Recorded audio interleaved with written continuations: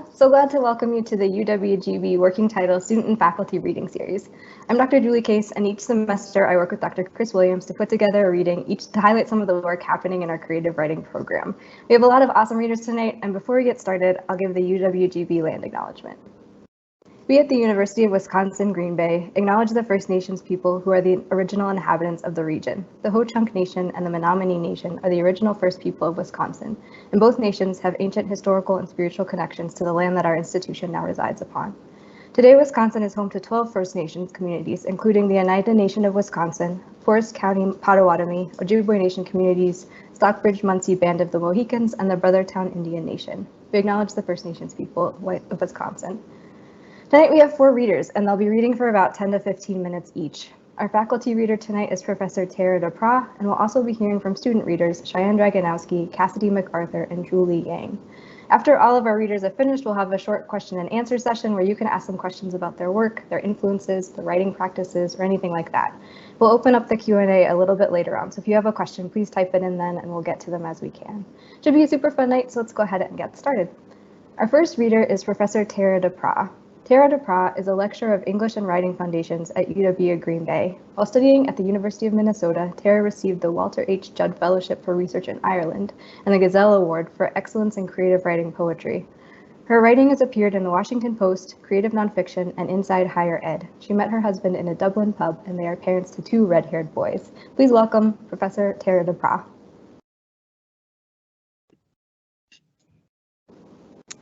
Hi, everybody, and thanks so much for organizing this. I'm going to read from the first chapter of my memoir in progress. It's called The Liminal Space of Love, and it's an exploration of me looking for love after my college boyfriend committed suicide. And so it starts in Ireland, and this first chapter is called The Seat of the Irish Kings and a Prince in the Palace Bar. And you'll hear as I start reading that the seat of the Irish Kings is this place called the Hill of Tara. It was this place that was part of my imagination for a long time. I always wanted to go there, and so I finally did. So that's what you're going to hear about. All right. On my second night in Dublin, I stepped out the doors of my hostel and into the waning evening light. The last traces of summer sun illuminated the way as I walked through Dublin's cobblestone streets, the lingering jet lag compounding my disorientation and my wonder. The Georgian buildings were the same weathered gray as the footpaths before me, drab and imposing, with no countryside green to sweeten the melancholy. But for me, the sights were all new and invigorating, and the damp air meant that no pollen lingered to irritate my eyes or constrict my lungs. I could breathe in Ireland. I had just 3 days to see the city famed for its pubs and its writers before heading an hour north and west to the village of Slane. On a whim, and at the nudge of a particularly good horoscope on a particularly aimless day of writing, I had applied for and won a graduate school fellowship to spend June in Ireland, where I planned to write about my namesake, the Hill of Tara, in a kind of reverse genealogical inquiry. Tara is where the High Kings once lit their harvest fires, and fires were then lit on hills across the island in an echo of light and ceremony and celebration. I was relieved to put aside my usual writing about my long line of failed romances, all pointing back to a dead boyfriend, and to move my gaze outward. I was going to write lyric essays about something only tangentially personal, my name. In truth, 2 years into my 3-year MFA program at the University of Minnesota, I still had no idea what I was writing about. I wasn't even sure I knew what lyric essays were, only that they sounded like a flexible enough form for a meandering writer. My hope was that simple descriptive writing about a subject that intersected history, religion, politics, geography, poetry, archaeology, war and myth and grief would illuminate something for me, in me, would reveal clues to my purpose or simply confirmation of my existence. My entire life, I had been trying to find out who I was and where I belonged.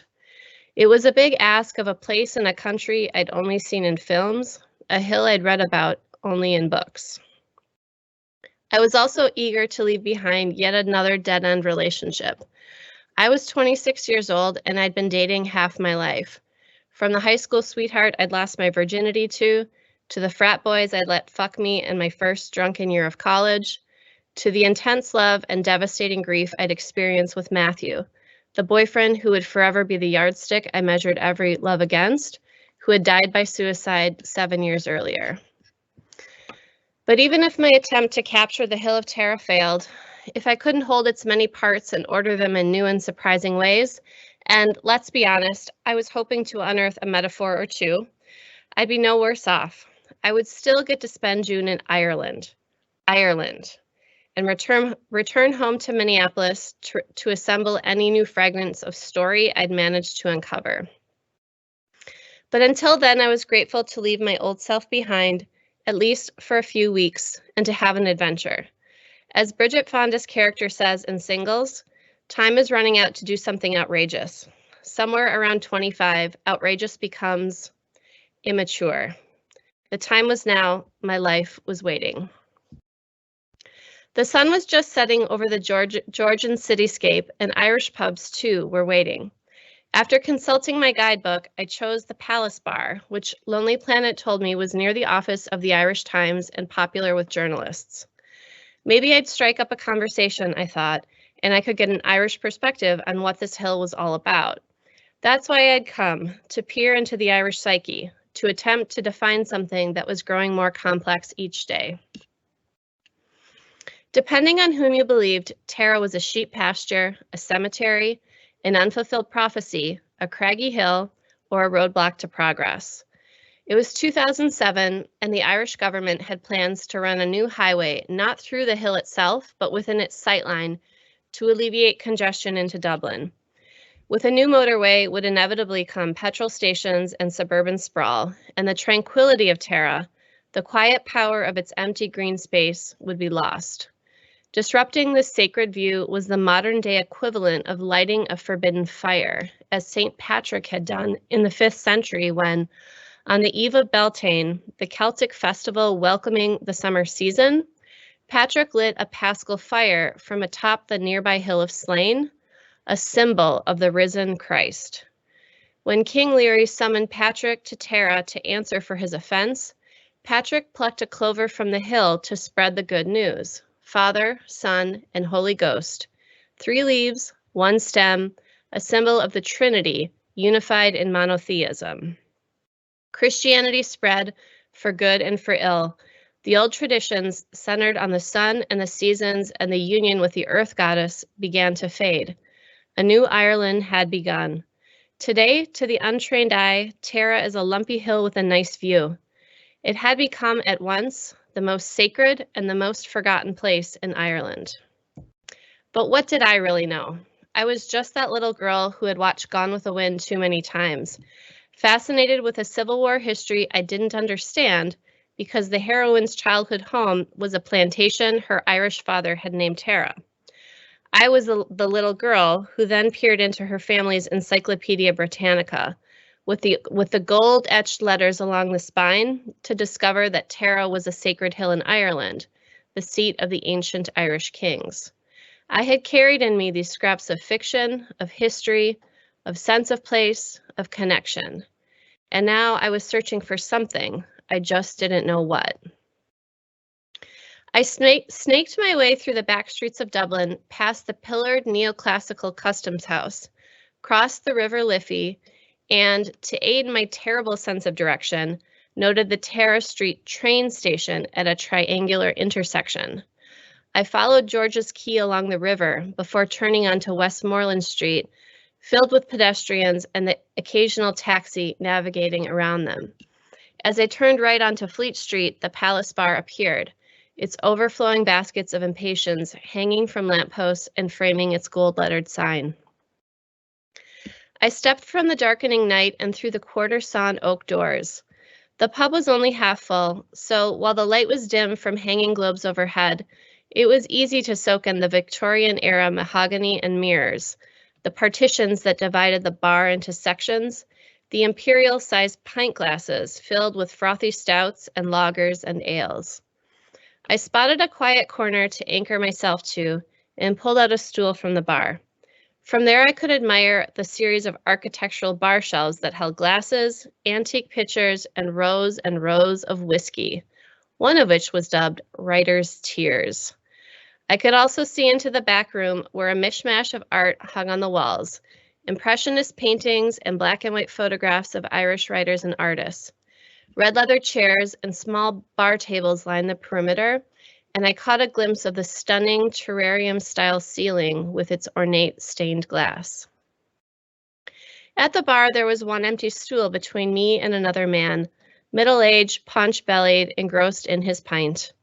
I made myself comfortable, ordered a Smithwick's, and opened my notebook, tinkering between a list of travel expenses in the back and observations in the front. Half an hour later, a friend joined the man to my right, sitting between us. Before he sat down, he pulled his stool away from the bar so he wouldn't crowd me. I registered this respect for my personal space as modest and polite and very un-American. I continued to sip my pint slowly while the pair lapped me. I couldn't hear their muffled conversation, and I didn't try to. But when I ordered a second pint, my neighbor said hello. "What are you writing over there?" the latecomer asked, followed quickly by, "We're journalists, so we're intrigued by anyone writing away." I turned to face my inquisitor, the man who had pulled his stool from the bar, and I took a good look. Later, when we would recount the night of how we met again and again, Jim would joke about my strange Scandinavian sweater, an itchy and impractical vintage cardigan I'd impulsively packed, chosen that night as my warmest option against the unpredictable weather. Jim was also amused that I'd worn my shoulder-length hair in pigtails, an uncharacteristic style dictated by travel fatigue, and that I was drinking Smithwick's, which apparently was an old man's beer. But most of all, Jim would recall how open my body language and how immediately intimate I had been about the particulars of my writing. As for Jim, I noticed his good taste in shoes, camper sneakers, my favorite, and red-orange, and I was struck by the thought, he's got a good face. Warm, comfortable, not a face that I'd have noticed walking down the street, but the kind of face I knew I'd never tire of.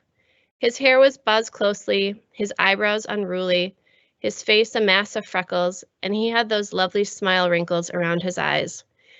That was the moment I told someone Irish about what the heck I was doing in their country, traipsing around on my own, sitting in pubs, writing about their hill.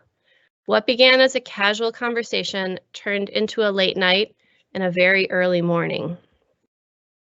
When Jim's companion left after a few minutes, I could see a hint of nerves, nearly imperceptible, flicker across his face.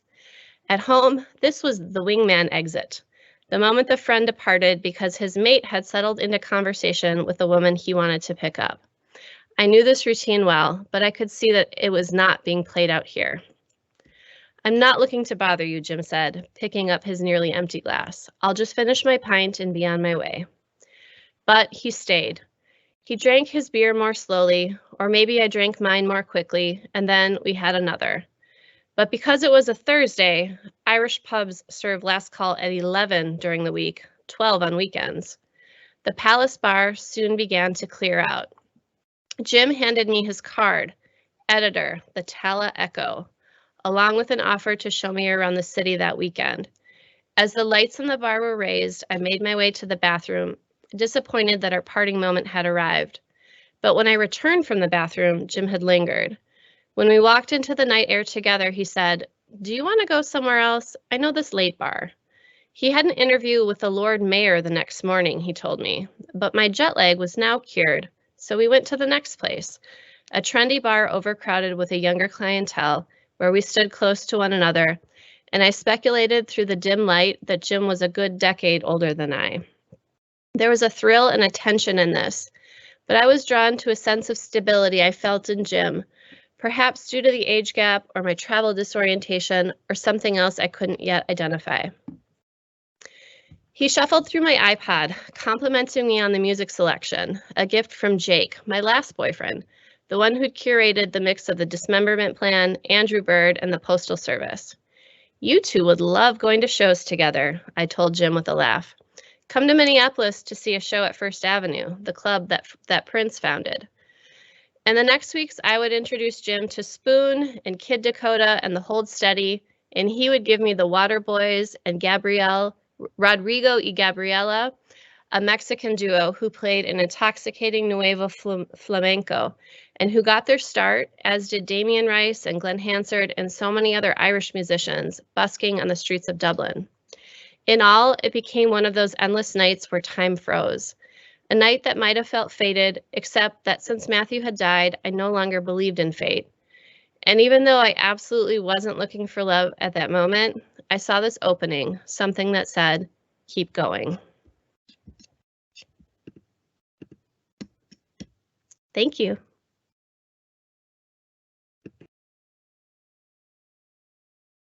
Thanks so much, Tara. That was really awesome.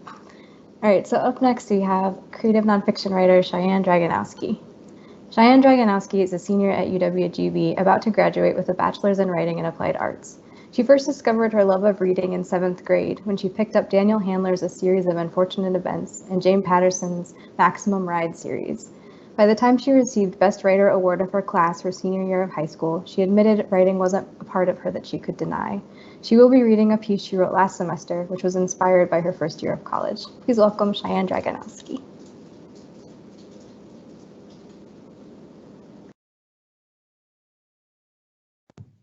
Hi, my piece is called My First Assault as Driver's Ed. You were once a passionate and unruly creature, with ruefulness dripping like stars from your grin, but you can hardly remember what that used to feel like. You often wonder if impending doom had been written in giant block letters on a billboard in front of you during those days and you just couldn't see it past the adolescent hormones coursing through your veins. Or maybe past your controlling, narcissistic father, who replaced the words with, everything I say and do is right, and you have to listen to me. You remember driver's ed. Like every other class, it was held in a room with no windows. You sat in the second row. You'd learned after being called a teacher's pet in 4th grade to no longer sit in the very front. You remember the soft-spoken girl with fair hair and thin arms whose cross-country career was cut short by hairline fractures in both her feet.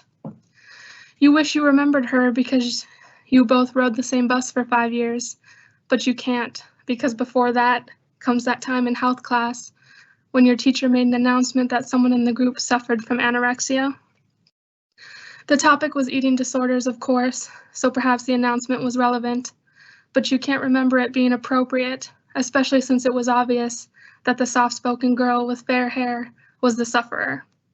She was so thin, a skeleton with a gentle layer of skin laid over, nothing more. You had never seen anorexia eat someone alive before, and yet you couldn't look away like everyone else, because she always gave you a kind and beaming smile, as if you were magnificent. You remember your first weekend of college just as clearly. Getting your narcissistic father to help you with the move had been like pulling teeth. After all, you'd had to leave your beat-up old Jeep at his house because it belonged to him and he couldn't trust you with it in another city. You remember the anxiety and excitement you felt that day as you met your foreign exchange roommate from Greece. You'd been waiting for an adventure like this one, to escape that wretched little town you called home and discover more about the world. It was a lot like the day you'd gone to the DMV to take your license picture. Your smile had been toothy, your eyes beaming with joy. Luckily for you, your college roommate was more than kind, and the two of you laughed as you headed down to orientation. You imagined orientation to be more fun and exciting than it turned out to be. Instead, it was run by sophomores who looked so unenthused to be there that for a moment you actually wondered if the university was forcing them to do it. They split you and the other freshmen up into groups and made you do icebreakers, where you learned nearly every student in your group was there on an athletic scholarship or there because their parents were paying for their private education. Everything spoken after that in your group was lost to you, like the droning lectures in your driver's ed class. But later you wished you had heard it. The subtle pieces of information about the place you were going to spend your post-secondary educational years, because then you would have known that the campus was predominantly white, that hardly any student was Catholic, despite the university's collaboration with the massive convent across the street, and that everyone who lived on campus knew everyone else's business. But you didn't hear it, just like you didn't hear what the merge lane signs meant years earlier, until you were driving along the highway and panicking, nearly swerving into the car alongside yours. That first night, you and your roommate go out. Unlike the other university across town, your private college stands in an awkward place. If you can't legally drink and you don't want to play board games with your RA, you have only one other form of excitement for the weekend: house parties. After chasing after that wannabe musician at 17, you are more than familiar with these kinds of parties, and for some reason, though your mother was once an addict and you should have been more susceptible to drugs and alcohol, you never formed such physical or emotional attachments to them. Instead, as cheesy as it was, you got high off dancing and the sound of your own laughter. You smell the scent of marijuana 4 blocks before you arrive at the theater house, home to all the upperclassmen theater majors. The first floor of the house is bright and drowning in bodies. It is the first time you discover the art of open relationships as you pass 2 sofas where 2 different couples are making out with each other. Later, you would wonder if maybe that was just a theater major thing. You keep moving, laughing that rueful laugh of yours as you push through the crowd on the heels of your roommate. This is her first party in America, and she wants to have fun. Her smile both empowers you and dares you to lead her down the path of adventure. Like an obliging tour guide, you sweep up her hand, inviting her into the metaphorical car you're going to drive tonight. To amp up the risk, you don't bother with either seatbelt. Instead, you grin at her, throwing the car in drive and pressing your foot into the gas. You take off like a rocket into the river of bodies leading down to the house's basement. And just before you hit the concrete at the bottom, you see a flash of a memory behind your eyes. It's a night not long after you received your official license. Clouds block out the night sky and its moon, and your friends crowd your beat-up Jeep.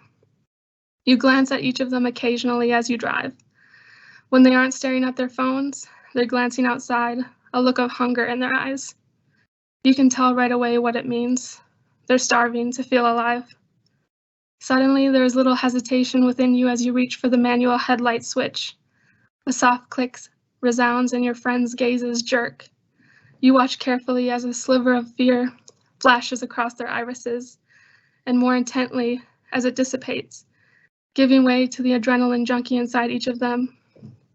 No matter how much it scares you that you can no longer see the reflective lines on the road, or any of the road at all, really, for a long moment it doesn't matter. You are fueled by the passion of others.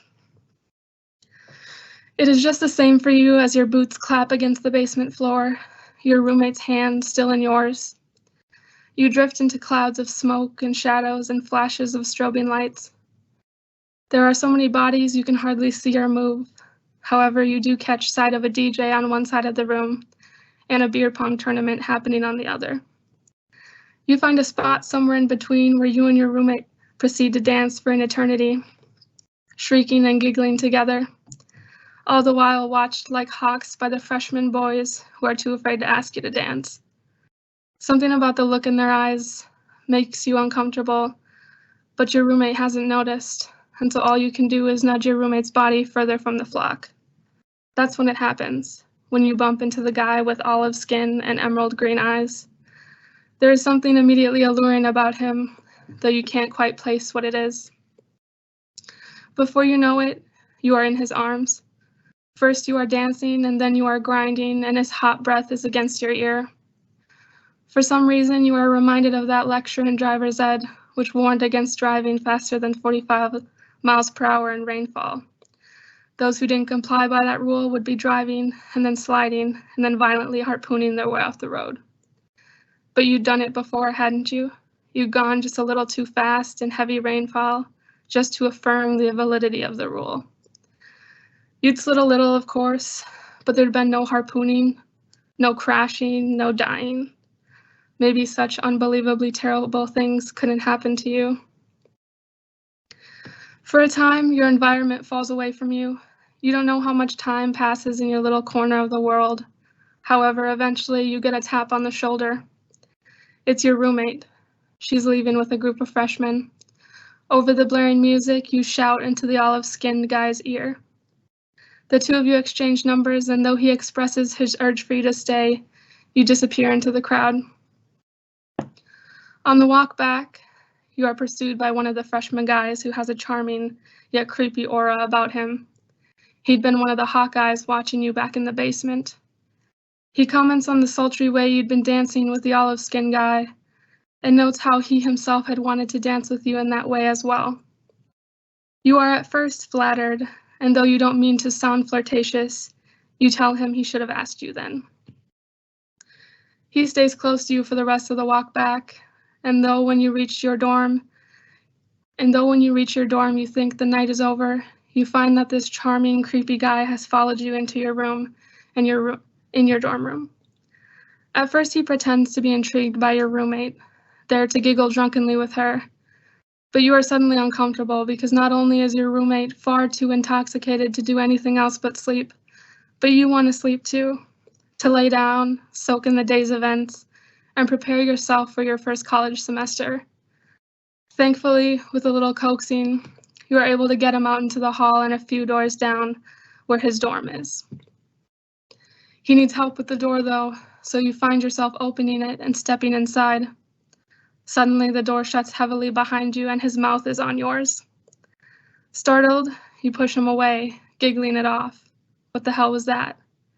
You tell yourself it was an accident, not like a head-on collision accident, but like that time you flipped the wrong blinker in front of the short, stout woman with the line for a mouth who taught you how to drive. Her sigh had seeped out of her that day like steam on a boiling pot.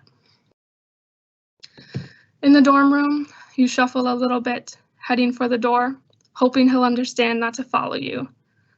But then, for the first time that night, you get a good look at his eyes because he's standing so close. Bloodshot. He's not sober.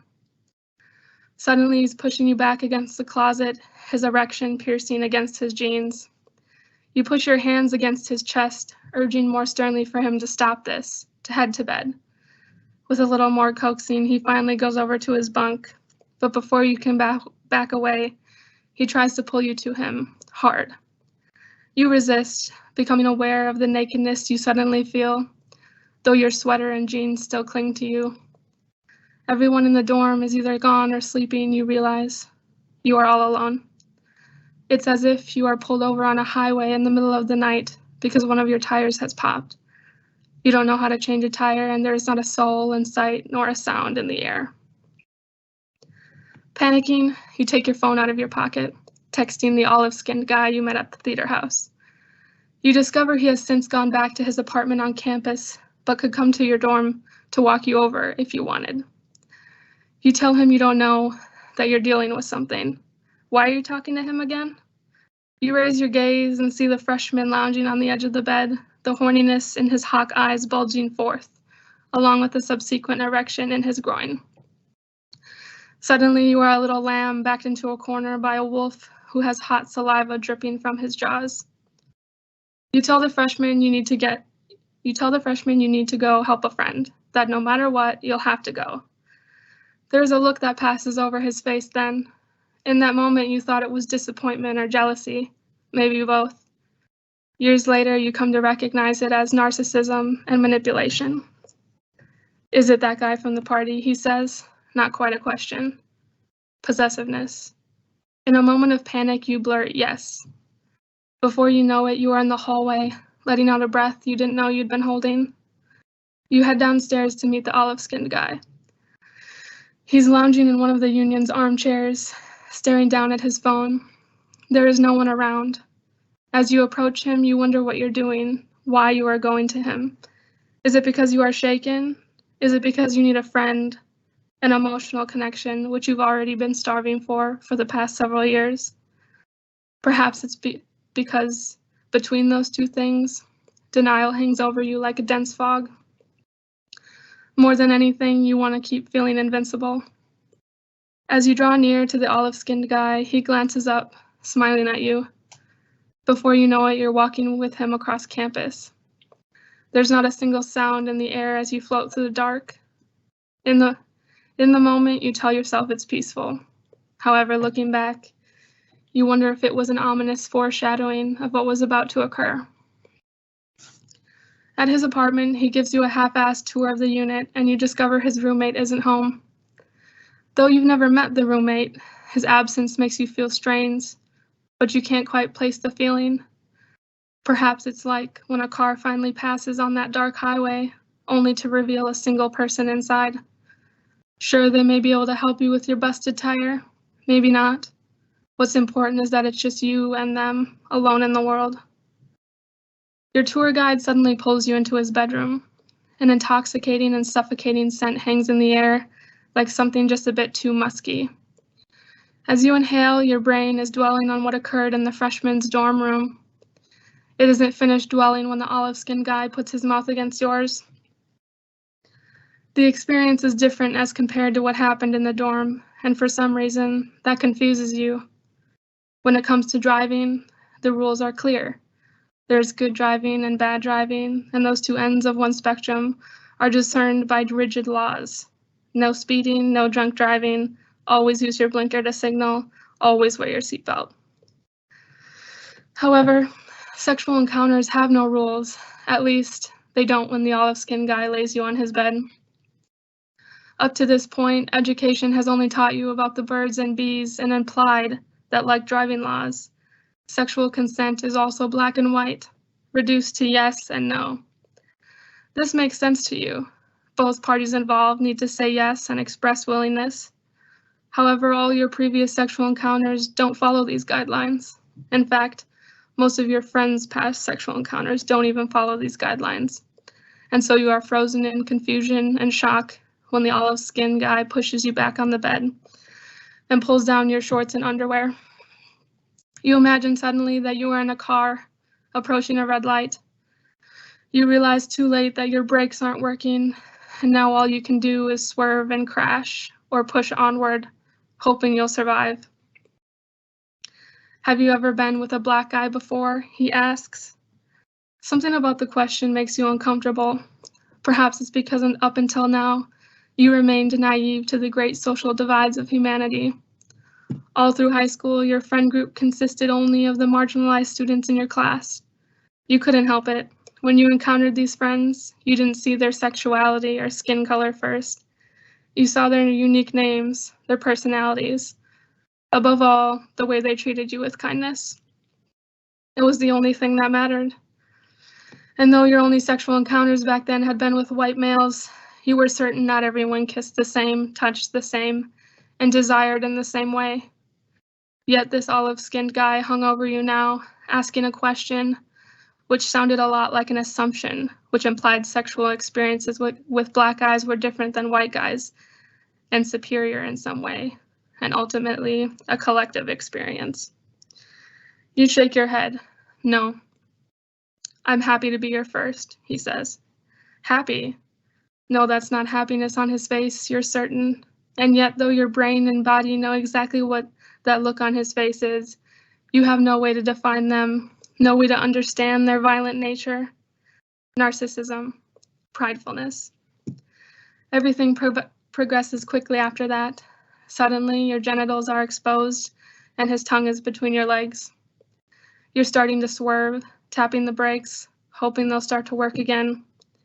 He keeps mumbling that you taste like cherries, and though he does not feel good, and you are certain you don't taste like cherries, he is already moving on, pulling down his pants.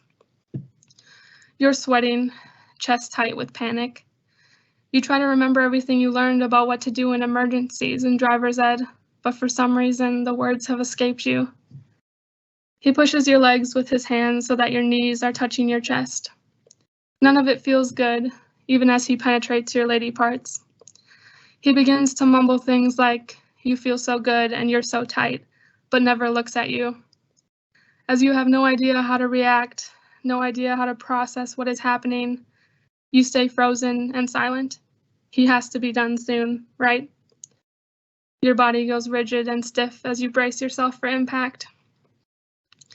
He goes deeper inside you and you wince every time he thrusts, and though your eyes grow wide with terror when he wraps, and then your eyes grow wide with terror when he wraps his hands around your throat. The collision is so sudden it takes you by surprise. You roll over and over again. For several long moments you endure, finally able to squeak a few noises out at the end, like you thought you should. After all, if this man was willing to do everything he was doing to you now, wouldn't he be mad if you made no noises? Could things get worse than they already were? You teeter. It finally comes to a stop. The blood pools in your face. Torn flesh, bruised cheeks, and fractured bones are swelling your being. When it's over, the olive-skinned guy gives you no regard to how you feel or if you like what he just did to you. Instead, he goes to the bathroom and then returns to the bed, ready to sleep. He mumbles that you can stay or whatever, and like a deer stuck in headlights, you lay there, frozen next to him for nearly 2 hours. You can't believe how quickly he falls asleep. Suddenly, all at once, you begin to realize that people aren't what you thought they were, that your father isn't the only narcissist in the world, and that your driver's license on your lanyard is just a piece of plastic, granting you a freedom that you didn't know came at a price. You aren't really bleeding, but you feel like you are. You feel like you really are out on that wet pavement, blood pooling around you in a black-red puddle. You are bruised and battered and lying all alone. You wonder, when will help arrive? And if or when it does arrive, will you be able to look your helper in the eye? Or will shame and fear wrap their filthy hands around your neck, rendering you unable to speak? Do you think you'll ever be able to trust humanity again? Thank you.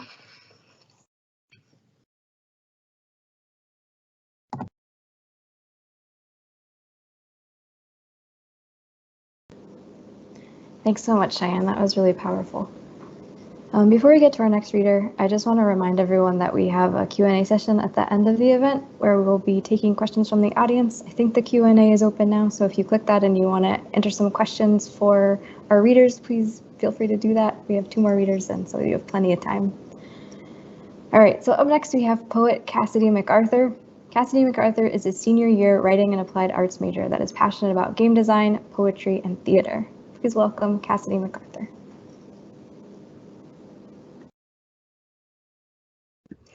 Hello, everyone. So I have 4 different poems to read, and I will just begin with the first one.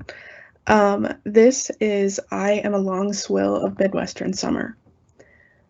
I am a long swill of Midwestern summer, and I am dark deer collision in frigid morning. I am the dust kicked up by the car as we left the farm behind us. I am blue in the face during birth, not quite ready to face breath yet, and I am throwing away the rocks in my pockets and shoes as I stare out at the sea and decide to walk back home. I've seen enough. I've been enough. I've been on the kitchen floor, muffling sound in tile. I've been up on the rock, watching the ships come in, watching color dull as I grow older. I have been a heart attack for 13 years. My life unspooling and tangling in my hair. I am terror, didactic and punishing, holding my head in place as the fire eats away at my garage. I am death, I am dying. I am sleeping and quiet and dead in my bed already. So that actually won the Rising Phoenix Award last year in the Sheep's Head Review.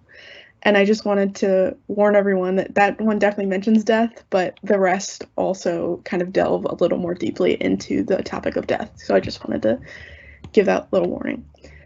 So the next one is called Serve a Day.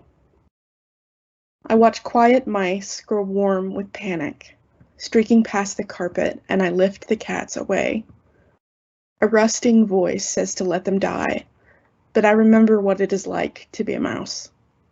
I remember what it was like to be the wild fawn I touched, sleeping in the grass, and then what it was like to be the doe that threw herself into the oncoming truck. I felt the whole of me, pooling and spreading past my body's edges like dark, accidental blood. The light is gone, and I am just an animal who sleeps inside her shame. I wait for the sun, and for bright grass and berries to eat. I wait for winter to end. Every time I say it wrong, my mind just shows me pavement. I've stepped in front of the car, and I sit in front of the mirror and categorize what I lose. Not weight, but time. The ability to have caffeine, years of memory. I sit in front of the mirror and wonder where it's gone, and wonder at the touch of blood on the corner of the dresser. I sit in front of the mirror and wonder at deer bones buried underneath the snow. So that one was published in the Northern Lights Journal, and this next one was also published in the Northern Lights Journal. This is my first job was at a nursing home. I am a door whose hinge has broken, and I am open, spilling light on the driveway. My bed creaks, my back twinges, and the road blurs with rain. At work, I read fairy tales to the blind and dying. At home, I read fairy tales to myself at night in the dark. In my dreams, I float and only skim the ground. I pass a room a man has died in and see all his things in 2 black trash bags. He died this morning, and soon his room will be someone else's. I show my back to the shore and weep on my way home. If I come home to you, you say, "We have time, there's plenty of time." I'm not sure if I believe you. We never have so much time as we all think. My dreams spill, and I bask in this endless slide of lake current. We bend and bow on carpet and listen for the roar of warm storms, and hear "I love you" eternally, in youth, in early summer. But still, I wonder at night if I will die young in a freak construction accident or random brain hemorrhage or dark morning deer collision, or perhaps I will be old and all of my things will fit into 2 black trash bags. And this last one is kind of like, it's not published anywhere, but it's kind of like an elegy for someone in my life who died. So it's called "To Dead Daughters." Glinting like fish making their escape downstream, you and I blot out the riverbed with our bodies. We live under the threat of drug singing sound and cover our ears with the hands of our fathers, our dying fathers, our cancered fathers, our fathers done for years now with drinking. John Prine and ripped jeans, and your hair skimmed with water gleam, touch along my life, my 11-year-old ankles, and hurt me like burning rain. If I still see your jawline in women driving down the 41 interstate, that is my business. You have no leverage to tell me in who to see your ghost when you took the chemical hand of death and fell through a fissure in the world. All I remember now is the way you smiled as I sunk beneath the lake water, and how you were no longer there when I came back up for air. Thank you.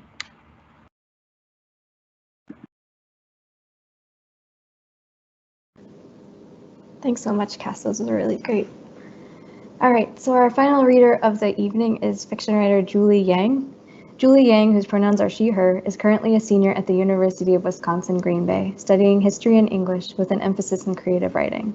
She's the current editor-in-chief for Sheepshead Review, a journal of art and literature at the university. Although more into writing fantastical pieces, she dabbles into writing realistic fiction and historical fiction. Please welcome JouLee Yang.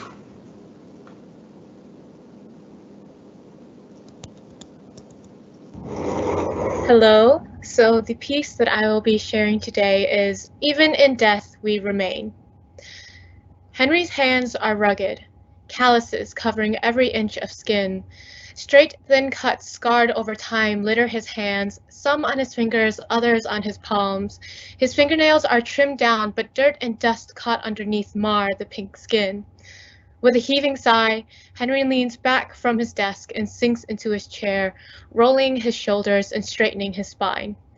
He pulls the visor away from his eyes and glances at the clock. Finally, outside of the multitude of lenses making up his magnifier, his eyes squint to adjust to reality that is much bigger in size than his work. His growing age does little to help. As his eyes adjust, they first catch a glimpse on the thin red hand constantly moving on the clock, before moving to the smaller black hand resting between the 8 and 9. Finally, his eyes find the longest hand sitting between the 6 and 7. He had been working for almost 9 hours with nary a bite of food or a drink. Exhaustion wears itself deep into his bones as he carefully sets aside his visor onto the desk, a distance away from his work to not ruin the several hours of detailed effort. It is beautiful. Henry plucks the gem between his thumb and pointer, twisting it in the light of the lamp to watch the cuts bring out the jewel's shine. It is clear of any a beautiful red akin to the leaves outside at the cusp of autumn. Hadn't he met Evelyn when it was autumn? He had. It had practically been love at first sight. The way her eyes shined like the way sunlight glinted off the crests of waves in the sea, brighter than a sapphire, more polished than any jewel, he was enraptured by them. Her eyes were so beautiful, along with the way her fingers were worn from sewing, yet her palms remained tender, the way her brown hair was a tangled mess in the mornings, the high pitch of her laugh with her head thrown back. He bitterly laughs now, something sharp and short as he drags himself out of that memory and into reality.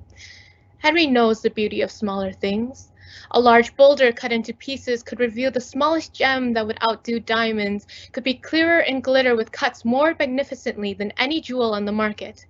The beauty is in the details, and the smaller things often overlooked. How can he forget this now when the person he overlooked, who offered the smallest but warmest of comforts, is now gone? He gently places the gem into a small container lined with fine cloth. Running a hand through his hair, he holds back a wince while feeling its oily texture. His hand runs down his face to his jaw, the pads of his fingers pricked by the stubble growing on his chin. He loses sight of everything else while focusing on his projects, and his wife used to often tell him this.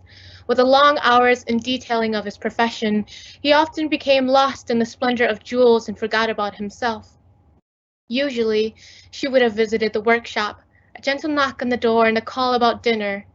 Usually, he would hum his agreement and set the jewel away to join his dear for a meal. Usually. There are few times Henry ever regrets pursuing his profession, few times that he wonders if the hours crouched away for a single jewel are worth the effort. Glancing back at the small container holding the jewel, a replica of his wife's wedding ring, of the jewel he cut for weeks to be perfect and worthy of her, he chokes back a sob. A heavy weight sits in his stomach, a tightness gripping his chest. The hand on his jaw is joined by the other, pushing past the wrinkles of his face to cradle the falling tears. Right now, it is one of the moments where he regrets the time lost, the time he could have spent with his wife before she passed. Henry had been working on that day, so tirelessly working that he ignored the ringing of his phone, had barely comprehended it was ringing at all. It wasn't until it continued to stop and ring again, stop and ring again, that he heavily sighed and put down his work. Hello? His voice was gruff, annoyed at the interruption as he rubbed the pads of his fingers into his eyes. This is Henry. Who's this? Henry? Henry, you have to. A sob broke through the phone. Glory? She had done so much for them. When Evelyn couldn't get off work or was put on the schedule accidentally, it was Glory who was willing to pick up a shift so Evelyn could make it to their date. It was Glory who pushed Henry to ask Evelyn on a night out. It was Glory who helped Evelyn understand Henry's work, had sat her down after a project gone for too long to explain it as a passion and sense of duty rather than just a job. It was Glory who was now sobbing on the phone. Henry, Evelyn has, another sob. Glory, has something happened to Evie? Henry straightened, his hands previously lax gripping the phone tightly. He could hear people muttering in the background, shouts and frantic running. What's happened? I'm so sorry, Henry. An accident had happened.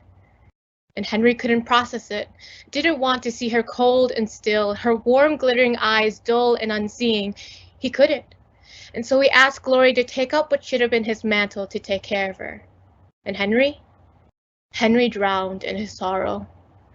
A week after the call, Glory placed Evelyn's wedding ring on the table before him, the gold band intact, but the ruby splintered and broken. They said she didn't feel any pain, but hit hard enough to.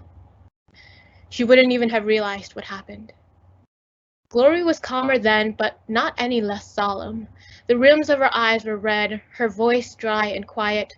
She cautiously moved forward, remembering when she had come by the previous day and Henry lashed out, had thrown a bottle past her to shatter against the wall.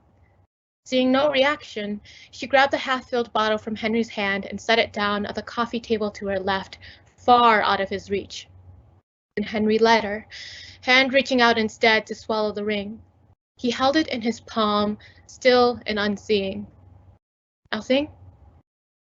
She felt nothing. A shudder ran through Henry, not from the cold, but rather from something heavy, heaving. He curled forward, hunching over the ring held in his hand. His breath skipped and faltered. He gasped and choked, tears dripping onto his fist. Glory rested her hand on his back. She felt her own eyes grow wet, but she bit her lips and held back and repeated, she felt nothing. 2 weeks after receiving the ring, of endless hours in his workshop, he now stands in the kitchen, absent-mindedly gazing into the fridge. There is a carton of eggs, 4 of the dips empty from the morning when Evelyn made omelets for the 2 of them. There were a few apples with growing bruises. They were supposed to be for her apple pie. And there is a gallon of milk 2 weeks old. He never touched milk, but Evelyn loved it. He closes the fridge, no longer wanting to look in it, but looking at it did little to help him, countless photos staring back at him. Evelyn and Henry laughing side by side as they stood at the local church, donned in white and black for that memorable day, their wedding. Another is of him several years earlier, nervously smiling as they stood before a cave, a photo taken on the day he realized he wanted to live out the rest of his life with Evelyn. But more than the pictures, more than remembering those blessed days, what hurt more is the notes on the fridge hanging from bright yellow and green magnets. Don't forget to grab Henry at 4. Glory's coming for a visit. Henry hasn't realized we're out of cookies yet. Make sure he doesn't find out. Remember, a kiss a day makes the bad go away. Never forget to kiss Henry before and after he's in the workshop. Beautiful Evie. Wonderful Evie. His knees get out on him and he crumples to the floor, hands dragging down the fridge door with him. His forehead knocks against the cool metal as the tears renew. What will he do now without her? What could he have done more to give her the same love she had given him? What could he have done differently to make sure she never got in that car, never left that morning? If he begs on his knees, gives away all his life's work, if he offers the world, will it bring her back? It wouldn't, he realizes, and the sob tears through his throat, echoes in the empty kitchen, in the empty house. Nothing would bring her back. It has been a month since Evelyn's accident. After Glory dropped off the ring, asking Henry for phone calls of being okay, and receiving texts of I'm fine instead, it is finally the day of Evelyn's funeral. Glory wants to rush out the chapel, to drag Henry out from whatever hole he's buried himself in, to give Evelyn the farewell she deserves. But she can't leave, not when Evelyn and Henry's families aren't there, and leaving means leaving Evelyn alone with acquaintances and co-workers. But the hall suddenly falls quiet, and Henry enters the church 30 minutes late. He's dressed in black, but not quite in mourning, and Glory recognizes that suit. She remembers Evelyn laughing at how ridiculous the oversized coat made his shoulders much broader, but hummed so contently while resting her head on those padded shoulders during their dance.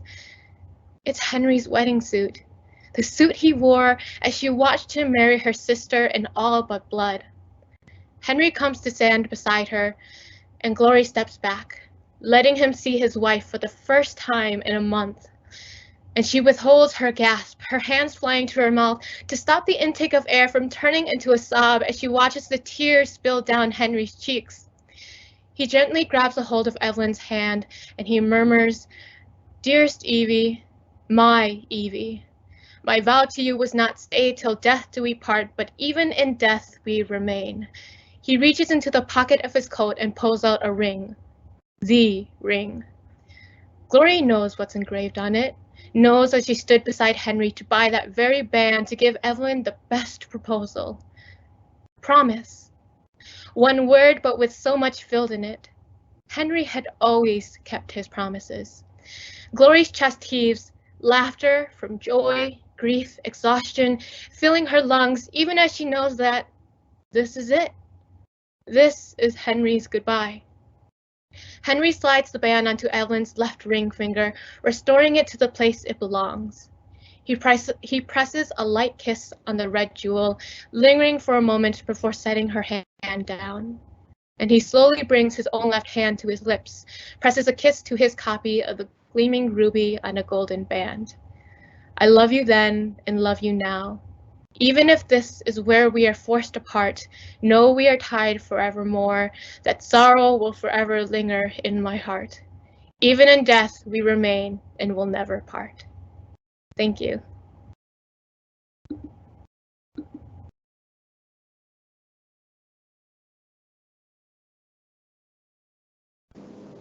Thanks so much, Julie. That was really great. All right, so if you have any questions for our readers, you can go ahead and enter them in the Q&A section of Teams. While you're thinking about that, I wanted to tell you about another creative writing event that's happening this weekend. The Celebration of Thought and Beauty, an evening of music, visual arts, and literary readings, is happening this Saturday, April 9th from 6 to 9 p.m. in the Uwgb Phoenix rooms. And then there's also a Teams link if you'd like to attend that virtually. So if you're having fun tonight, feel free to check that out. All right, so I think what we might do to start off is ask each of our readers to talk a little bit about the process that they went through in writing the piece that they read for tonight, including things like inspirations or, what gave them the ideas for forms and things like that. And if it's okay with them, I'd like to just kind of go through each of them in order. So we'll go through Tara and then Cheyenne and then Cass and then Julie, and then we'll go to a next question and do the same thing. So let's start with Tara, if that's okay. Sure. Yeah. So I'm primarily a writer of creative nonfiction. And so I tend to write about, things that are happening in my life. I should say I'm also primarily a writer of memoir specifically. So sometimes a first draft in memoir is really just getting things down on the page, like things that happen. Like it's not a million miles away from a journal entry. But then I have to decide, like, okay, is this something I want to do something with and shape it? Or is this just for me? And that's okay. Like not everything has to be written for a public audience. And so sometimes I'll write things and put them away for a really long time, and I won't know what to do with them. So the piece that I read for tonight, I wrote, a lot of it right when it was happening. And I've just started to come back to it in the last couple of years, a decade later, and I'm figuring out where it belongs, like within a larger narrative.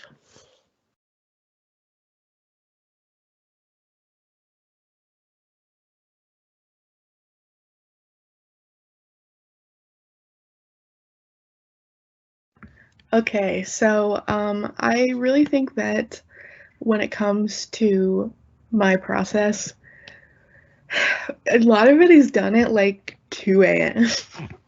because like I wake up. Normally when I'm trying to sleep, I'll just kind of have these words and stuff and phrases kind of circling around in my mind, and then I have to get up, and then I have to write it down, and then I have to go back to bed, and then I'll look at it when I wake up and work with it. I also have done actually a lot of writing in some of my classes and stuff, and then I will work through that and stuff, that kind of thing. And I usually write from my own experience, but create poems around it. So like instead of Professor DaPra doing creative nonfiction, instead I usually turn mine into poems. So a lot of it is pulled from my personal experience.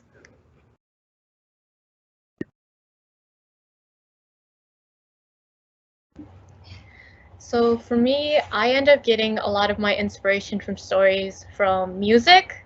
So I have this like wide variety of like music genres that I listen to, and I typically tend to shuffle my playlist, and all of a sudden there'll be a song that comes up that I just suddenly get an idea from, where it's just like, I want to capture this emotion that I'm feeling, and so let's start writing this down and trying to frame a character around it.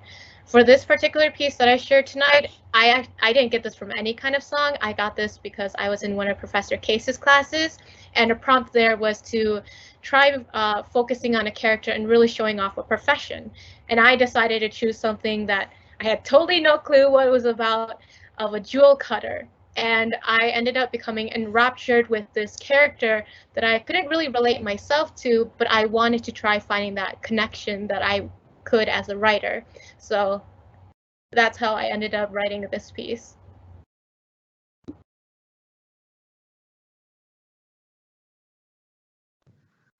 Hi, for me, you know, it's kind of 50-50. I write nonfiction, you know, 50% of the time, and 50% fiction. I just vibe with both general genres. But specifically for the piece that I read today, you know, I wrote it last semester for a class, and the content, you know, was something that we could, you know, as students could choose. But, you know, something like sexual assault is just, you know, it's not like it happens and then, oh, a year passes and then it goes away. You know, if it had a huge effect on you the way that it had effect on me, it's just there. And I figured that writing about it may help me get a different perspective, and reading it might help me get a different perspective on myself as well. So yeah, I focused on taking out the ramblings of the essay, because I did revise this a few times, and I had a faculty member help me revise it again before I read tonight. And, you know, it's just about how can I explain it to an audience in a clear way with metaphors, because, you know, if you haven't been through something like that, then you really just don't know what it's like. And so I thought that, you know, a car crash might be, not that people go through a lot of car crashes, but it might be more relatable and understandable than the content of my essay. So.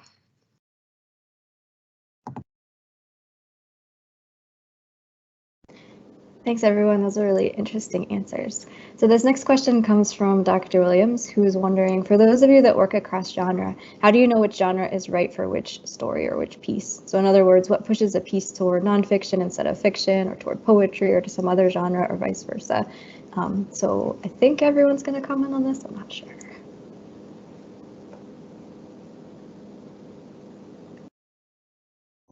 Yeah, so I am primarily a writer of nonfiction, but I do write poetry as well. And I don't know, I think I find this like it's mysterious to me. Sometimes a poem feels urgent, more urgent to me, but essays can feel urgent too. So I don't know. Sometimes poems in particular, like when you're really lucky, they arrived at the like as this like fully formed thing, like it's as a gift from the gods, and you kind of have it in your mind and you just need to transcribe it. And there is still revision that goes into that, but sometimes I see all the parts of it before I write it down. Like I am someone who writes a lot in my head. Sometimes I'll write something and I don't know what it is, and I'll just write like a big block of text, and then I'll experiment with it and I'll say, okay, well, what would happen if I made this a poem? And, you know, what kind of pacing do I want, and what kind of line breaks do I want? I've never written a really long poem, so to me, poems tend to be shorter things, but I know that's not the case for everybody. So that's the best I can answer that question.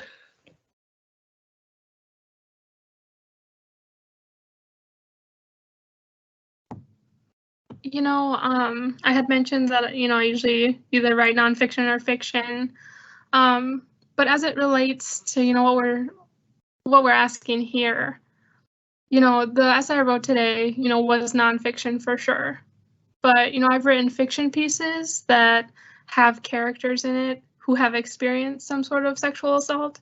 So just in this context, you know, how did I decide one was fiction and how did I decide the other one was nonfiction? I think that I'm one of those people who goes to bed at night and kind of lays awake for a long time and, you know, thinks about my life and thinks about movie characters and characters from shows and other books I've read. And I don't know, I just kind of go with it. So for this character, like I created the fiction piece before I created the nonfiction piece. And I think when I first had an idea of writing something that had to do with sexual assault, the fiction made more sense to me because it felt just a little bit farther away. And so I guess the best way I can answer that is maybe I wasn't ready to deal with it then, so I decided it could be fiction because that way I could decide where it went. And then, you know, this time I wrote nonfiction and wrote exactly what it was, so.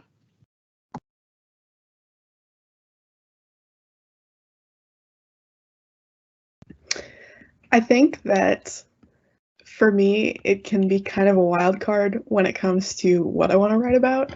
And when I was a kid, I would find paintings and I would write poems to go along with them because I don't even know why, but I found it, you know, a fun thing to do.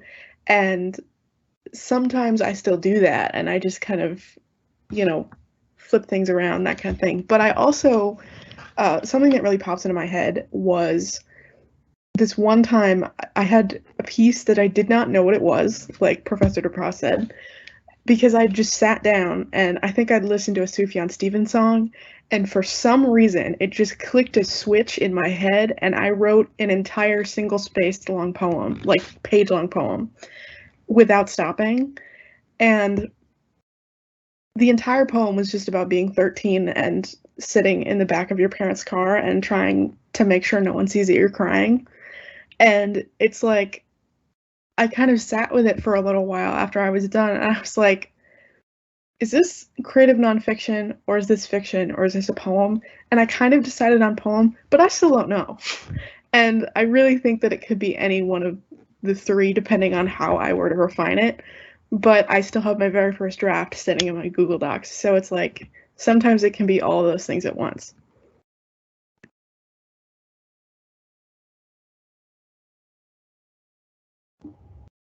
For myself, the way that I end up choosing the genre, the way I write it, tends to focus on like how complex do I want to get to my character with my characters and how close do I want to get to my characters.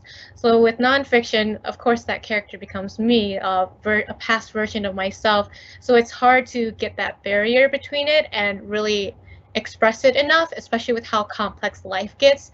I end up putting too much information in nonfiction. With fiction, it's more if I want to relay a certain experience of mine, but I also want it in a different world, in a different context, where a person of a different characteristic has now had that experience. And with poetry, the majority times I write poetry, I end up utilizing it because I can't find the right words that I want to. So I end up using a lot of more metaphorical images and a lot of more like, I guess, fluffy language to be able to express these emotions and these ideas I have that I can't actually form any words for.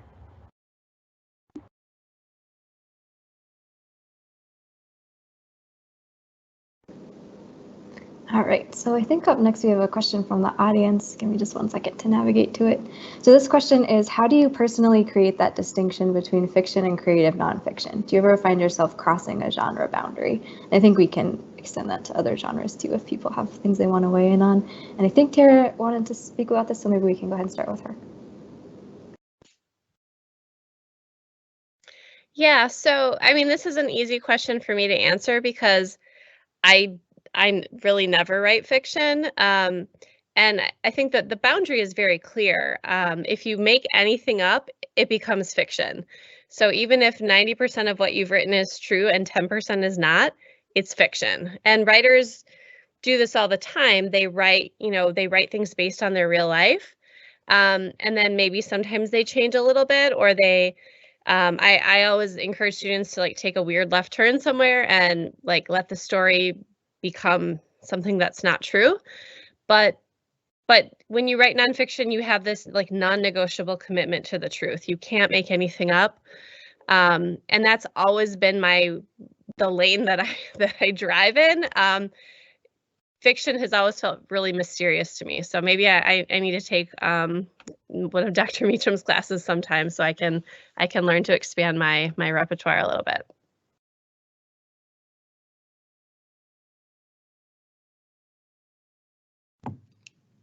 For this question, I'll bring you back to the example that I had, for my essay today was nonfiction, but that book with the character I'm talking about that I created who had experienced some sort of sexual assault, when I first created her, she did feel too much like me.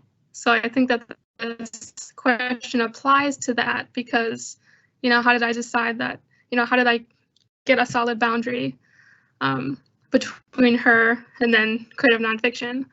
Well, I just started to realize after a while that she was too much like me. Like I realized that I either needed to write about myself specifically, or I needed to create her.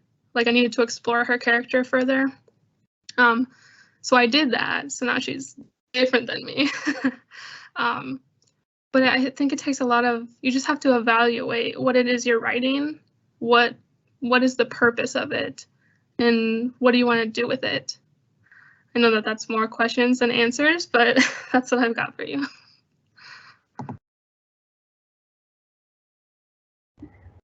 For myself personally, whenever I've done nonfiction, it's always been shorter nonfiction. And so with myself, nonfiction has always been like a kind of snapshot of one moment of my life that I want to try highlighting and trying to connect to the entirety of the rest of my life or this greater idea.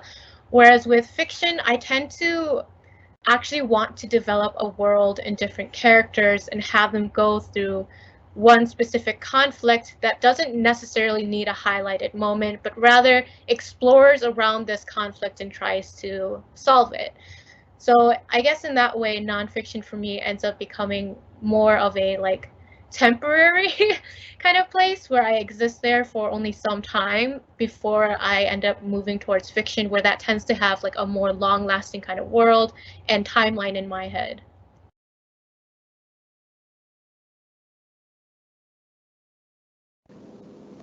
All right, so our next question is specifically for Cassidy, who writes mainly poetry. So Cassidy, what do you find drives your poems? What's the engine? So image, tone, language, or something else? Can you talk a little bit about that?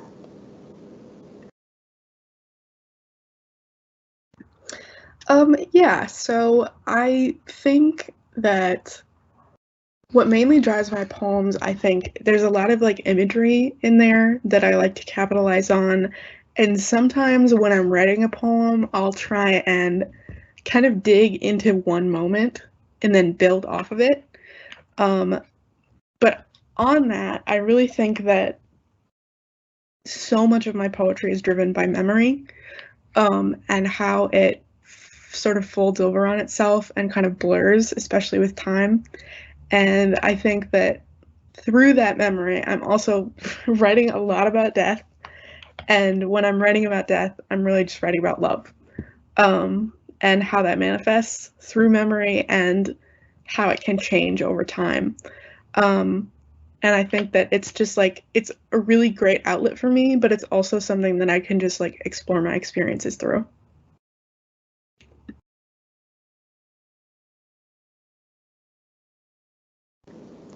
All right, so the next question is for everyone, and we're hoping that each of you could talk a little bit about other books, poems, games, writers, some other kind of literature, and you can take that really broadly, that have taught you something about writing or that have stayed with you for a particular reason or have influenced your work in some way.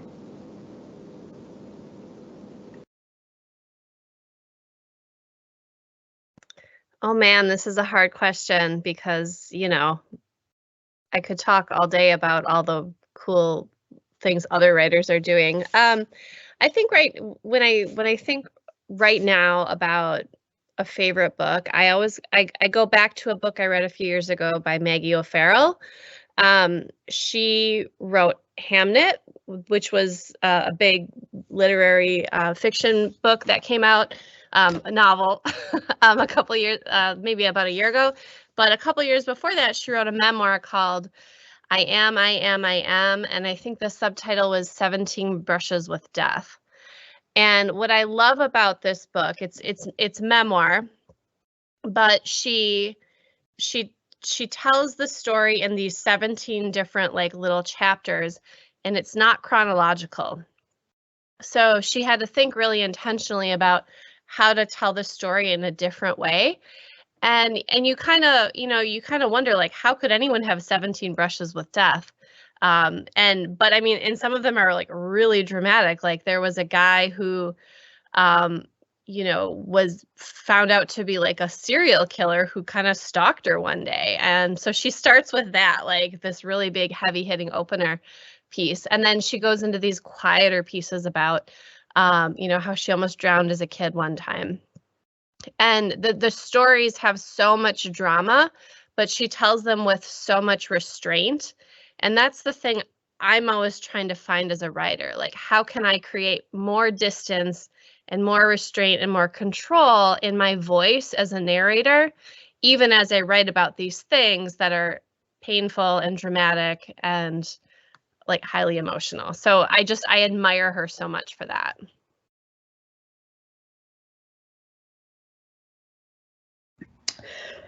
When I was a kid, I had this little green book that I used to keep under my bed, and it was, even now I don't remember the name of it, but it was just this collection of poetry, and it was all of it was like really dark. Like one had a woman killing her husband, and another one was goblins that lived in the sewers, and I absolutely loved it. I never put it down. And in the move, we lost it, and I still don't know the name of it, but I'll always look for it because it really inspired me to start writing at a young age. And I think that really influenced me a lot. I also grew up on Sylvia Plath, which is not necessarily a bad thing. That was from my school, not from my parents. My parents didn't just hand me a Sylvia Plath book and say, go ahead. But I've just gotten really into like character-driven video games. So during high school, Night in the Woods came to me at like a really important time in my life, which it's still one of my favorite games. And I'm also really, really, really enjoying Kentucky Route Zero, which I got on sale on my Switch. So, lots and lots of things. I have a ton, but, I'd be here for an hour, so.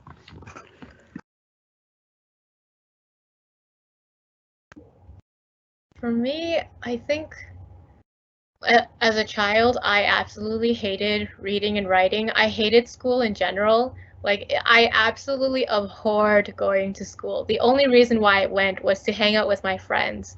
But in third grade, I ended up moving away from my hometown to almost an entirely white school. And I don't know, I had this book that was just like in my desk for almost a month before I finally picked it up. And it was the first book of the Seeker series by Aaron Hunter. And I don't know what captured me about it. Maybe the fact that it was all about bears and I love animals, but the journey that it took me through and the cliffhanger it left me on just inspired me to start reading, to actually start avidly loving to read. And from there on, it was like those classics like the Magic Treehouse series, the Percy Jackson series when that came out. It really made me want to read more and started to make me want to write, to actually be able to create the stories that so much inspired me and made me love reading.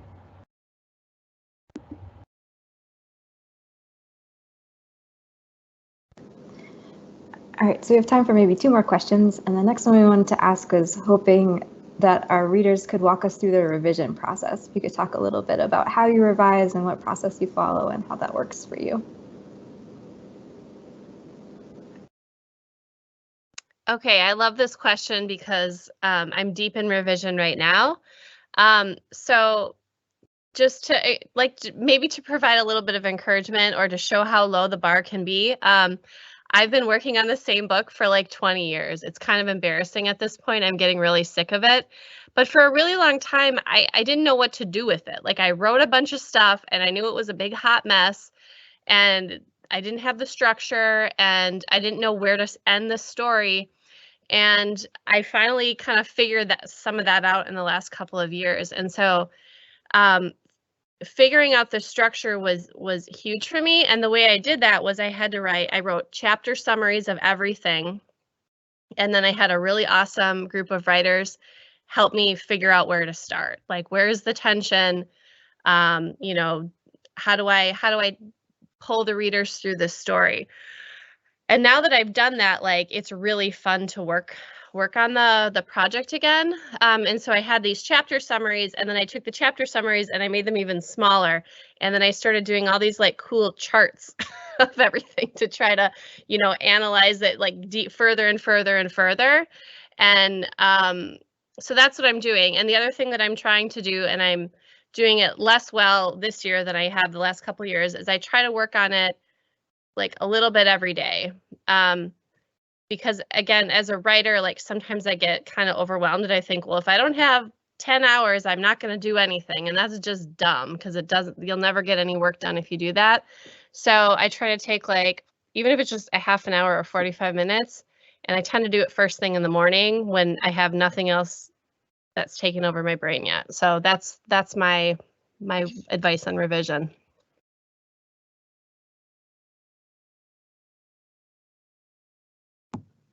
So I actually had Professor DaPra last semester for a creative nonfiction class, and I give her a lot of credit actually for teaching me how to revise, even though I will admit I maybe didn't revise in the best way for my final piece, but she still taught me things even if I didn't use them at that time. And I think I learned two main things. One, and this is how I revise now, is to get another set of eyes. For sure. Even more than one set of eyes would be great. Just because everyone has a different perspective. So even if you don't use all their advice, it's really helpful just to hear what they have to say, especially if your target audience is a community maybe that isn't like you specifically. So that was one way. And then I would, for revising, I also do that outline that Professor DaPra was talking about. An outline before you write, and then another outline after you write the first draft. I think especially for the essay I wrote today, since there was so much rambling but that I had to exclude, you know, before I read today, I wasn't able to see that though. What the first, you know, even after I read the essay a couple times afterwards, I wasn't really able to see where all the rambling was and then where all the relevant pieces were. So literally printing it out and writing on it is really helpful. So that's the way I do things now.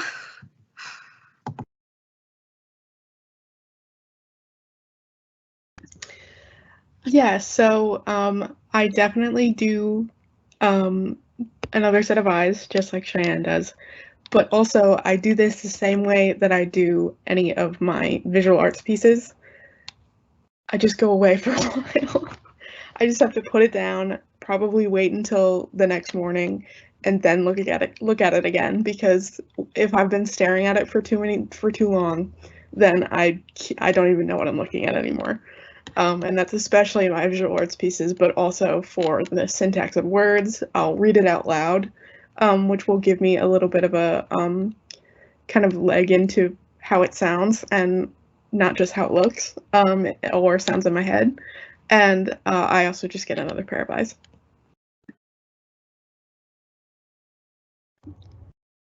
A lot of what I do is similar to what everyone else has said. Get another pair of eyes on it, get their input on it and revise from that. I also follow the tip of the iceberg kind of thing, where I have a whole bunch of like world building, character development things that I don't include in the story, but when I revise after hearing people's input, I'm like, here's this part of this character or this world that I wanted to include, and maybe it ends up helping with this. So that also helps, in reading it out loud, recording me reading it, and listening to it again and again also helps.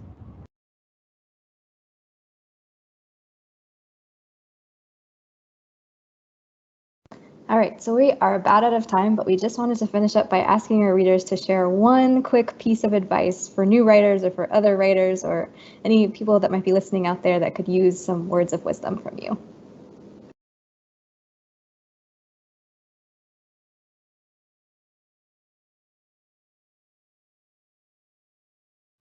Yeah, so I guess my piece of advice would be to separate the process of generating from revising, because if you try to do them at the same time, you're gonna not write very much.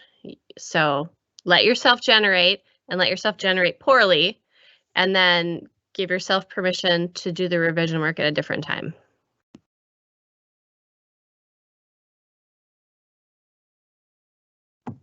For new writers or even current writers, I highly recommend writing down every single potentially brilliant thought that comes to your head, because I've missed out on several ideas that I'll just never get back.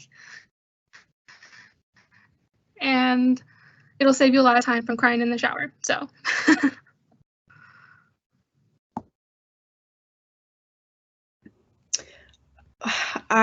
The first thing that came to my mind when I heard this question is that when I was a kid, my dad told me a story about how a guy decided to start writing short stories, and he'd never written one before, and he wrote one every day for a year, and the first one was absolute complete crap, and then the last one was actually really, really good. And I think that that really spoke to me. Like, you just gotta keep writing, just like Cheyenne just said.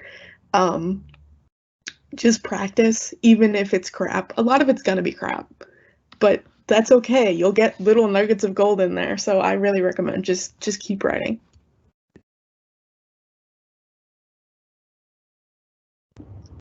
I guess my kind of advice, it kind of follows what Cassidy said on the last question, is sometimes when you're writing things, you're not feeling motivated or you don't know what to write, walk away from it. I've had stories that I've walked away from for years, and I want to go back to them, but I also, when I get to that paper, I don't know what else to put, or I don't have anything that I actually feel like I want to write down. So letting yourself keep that distance, keep that time will definitely help, and it just gives you more time to work on other projects.